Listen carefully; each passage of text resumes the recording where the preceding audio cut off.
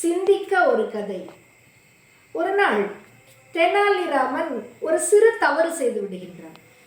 தெனாலிராமன் செய்த தவறுக்காக மன்னர் கிருஷ்ணதேவராயர் அவனுக்கு ஒரு வினோதமான தண்டனை ஒன்றை கொடுக்கின்றார். ஒரு பூனையை அவனோட கையில கொடுத்து, இந்த பூனையை வளர்க்க வேண்டியது உன்னுடைய பொறுப்பு அப்படின்னு சொல்லிட்டு கொடுக்குறாரு. பூனையை எடுத்துக்கொண்டு வீட்டிற்கு வருகின்றான். தெனாலிராமனோ வறுமையில் வாடக்கூடிய ஒருவன்.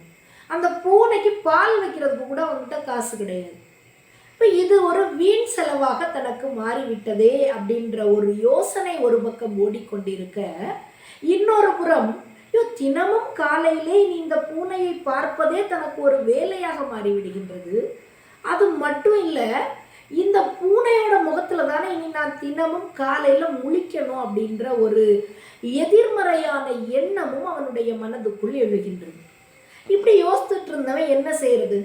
முதல்ல என்னுடைய வீண் செலவை நான் இல்லாம பண்ணணும்.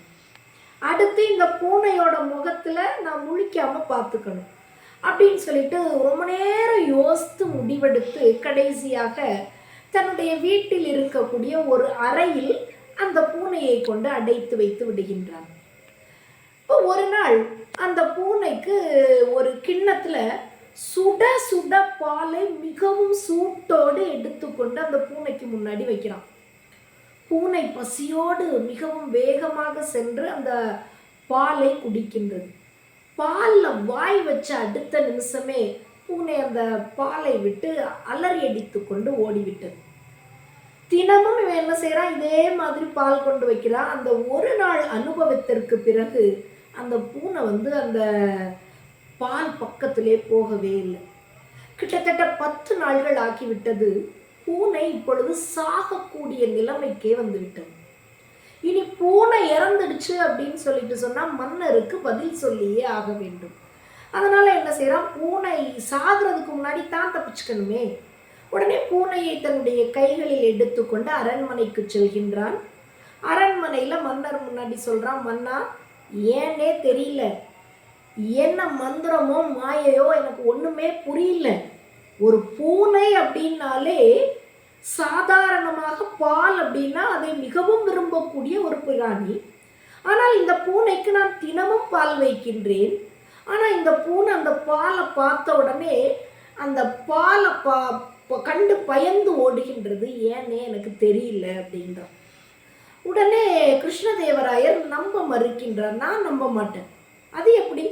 ஒரு பூனை எப்படி பாலை கண்டு குடிக்காமல் செல்லும்?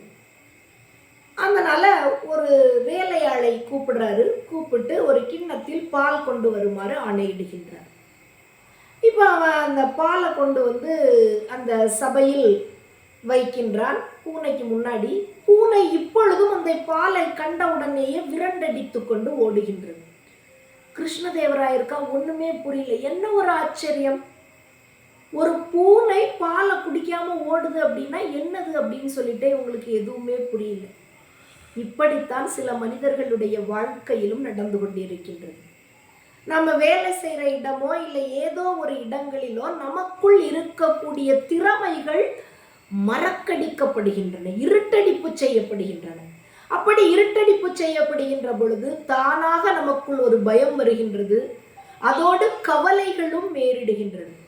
இப்படி உங்களுடைய திறமைகள் இருட்டடிப்பு செய்யக்கூடிய இடங்களில் ஒரு பூனையாக அந்த பாலை பார்த்து பார்த்து விரண்டு விரண்டு ஓடுவதை விட அந்த இடத்தை விட்டே நாம் வெளியே சென்று விடுவதே நலம்.